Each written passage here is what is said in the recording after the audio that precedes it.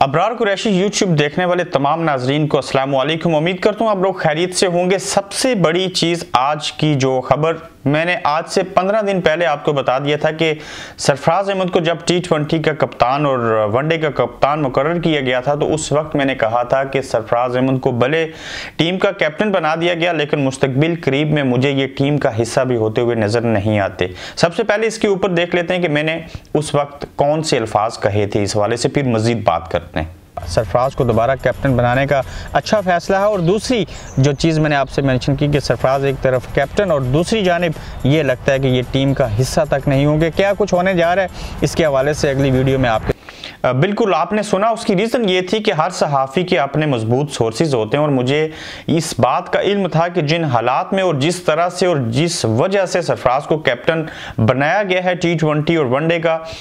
उन हालात के पेश नज़र कल किसी भी सीरीज़ में अगर पाकिस्तान की टीम जो है वो नाकामी का शिकार होती है, कोई भी चीज़ होगी तो उसका सारा बोझ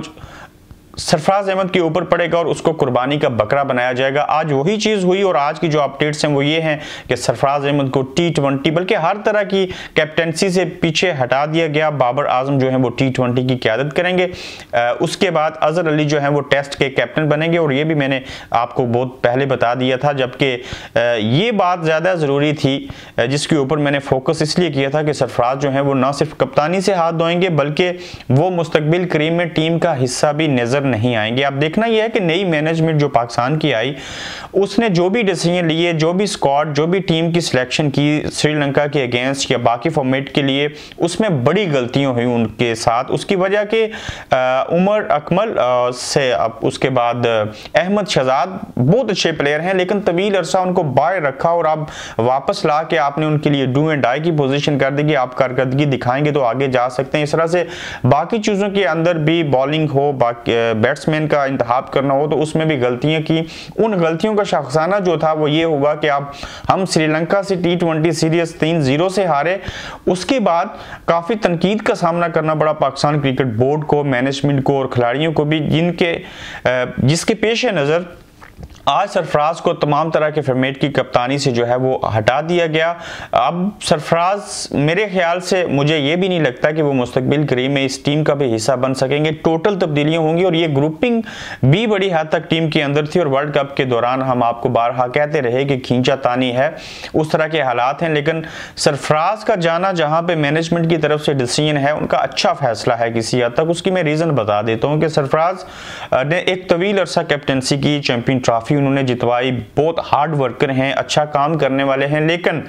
अब जिस तरह की क्रिकेट हो चुकी है, जो रिक्वायरमेंट है उसके पेश नज़र सरफराज, मैं नहीं कहता हूं कि वो कुछ ज़्यादा उम्र के हो चुके हैं लेकिन सरफराज के बस की बात नहीं रही। अब कप्तान वो अच्छे हैं, मैं आज भी ये मानता हूं, लेकिन उनकी ज़ाती परफॉर्मेंस जो है वो इस चीज़ को की वजह बनी कि उनको कप्तानी से हटाया जाए। वो चाहे चौथे नंबर पे खेलने के लिए आते रहे, आपने देखा कि वो हिट करने में भी बहुत दुश्वारी का सामना था उनको, उसके अलावा कीपिंग करते हुए भी उनकी वो विल पावर नहीं है अब, और उनकी कारकर्दगी, उनकी कप्तानी छूटने की वजह बनी। और सरफराज अहमद मौजूदा दौर की क्रिकेट में जिस तरह से एज ए बैट्समैन अगर मैं उनको देख लूँ तो मेरे ख्याल से उनकी टीम में जगह नहीं बन पाएगी। उनको अगर कप्तानी से हटाया गया तो अब सरफराज को ये देखना चाहिए कि वो अपने कैरियर को आगे बढ़ाने के लिए, चूंकि कप्तानी का एक प्रेशर होता है जिसकी वजह से आपकी ज़ाती जो कारकर्दगी है वो मुतासर होती है, चाहे आप विकेट कीपर हों या आप बैटिंग कर रहे हों। तो आप अगर वो टीम का हिस्सा बनते हैं, उनको डेफिनेटली बनना चाहिए, तो उन्हें अपनी कारकर्दगी को बेहतर बनाते हुए कम से कम वो 2 से 3 साल तो वो खेल सकते हैं। अब जो पाकिस्तान मैनेजमेंट ने ये भी डिसीजन लिया है बाबर आजम को T20 का कप्तान बनाना, बेहतरीन प्लेयर हैं, कोई इसमें दो राय नहीं है। और अजहर अली को टेस्ट का कैप्टन, अजहर अली को टेस्ट का कैप्टन बनाना बेहतरीन चीज, लेकिन बाबर आजम जो हैं वो मैं कैसे मान लूं कि वो टीम को उस तरह से लीड कर पाएंगे, ये क्वेश्चन मार्क है। शायद इसके ऊपर आप हैरान होंगे लेकिन मुस्तकबिल करीब में आपको ये चीजें भी सामने आ जाएंगी कि मैं किस वजह से ये चीज़ें कह रहा हूँ। तो देखते हैं कि नई कैप्टनसी आ गई T20 में, वर्ल्ड कप भी होगा, अभी ये